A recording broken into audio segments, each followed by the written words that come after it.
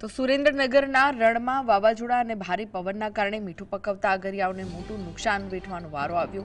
ઉદ્યોગ કેન્દ્ર દ્વારા સબસિડી હેઠળ અપાયેલી 1400 જેટલા અગરિયાઓની સોલાર પ્લેટો ધરાશયી થતા આજથી તેનું સર્વે કામ શરૂ કરવામાં આવ્યું। અંદાજ મુજબ અગરિયા દીઠ 50,000થી વધુનું નુકસાન થયું છે। જોકે તંત્ર દ્વારા માત્ર સોલાર પ્લેટોનો જ સર્વે કરાશે, જ્યારે મીઠાના થયેલા વ્યાપક નુકસાન અંગે કોઈ સ્પષ્ટતા કરવામાં આવી નથી।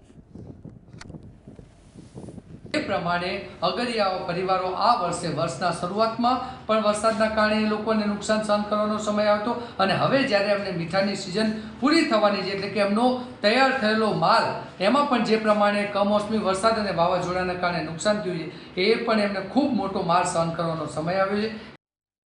પેનલો વાવાઝોડાના કારણે તૂટી ગઈ છે અને એના કારણે ખૂબ મોટું નુકસાન એ અગરિયા પરિવારને થયું છે। ખાસ કરીને વાવાઝોડાના સંદર્ભમાં